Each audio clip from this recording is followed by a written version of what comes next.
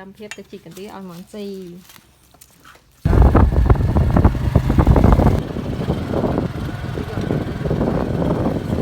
lòng là thằng lưỡi tù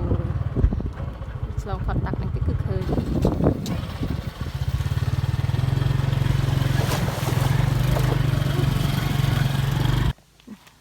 không đó là tù ta làng chúng tôi là hồi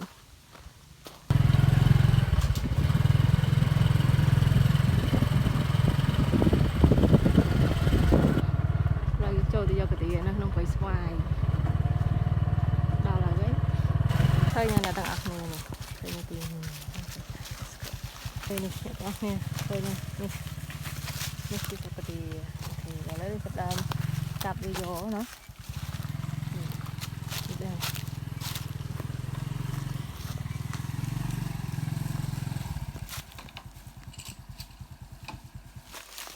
đây cặp đi được ác này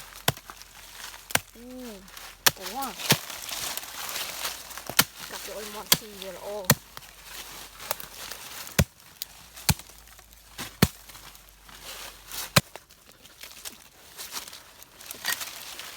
con thằng vui lên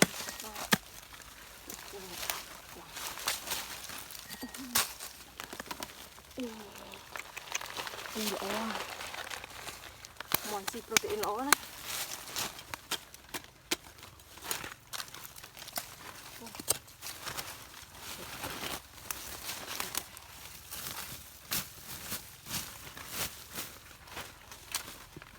đây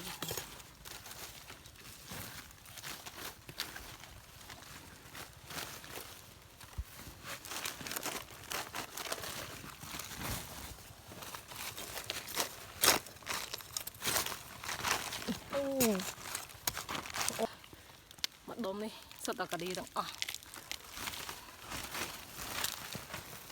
đang chơi ra cái đi ấy mà ta theo về nhà thì lấy ta gọi gì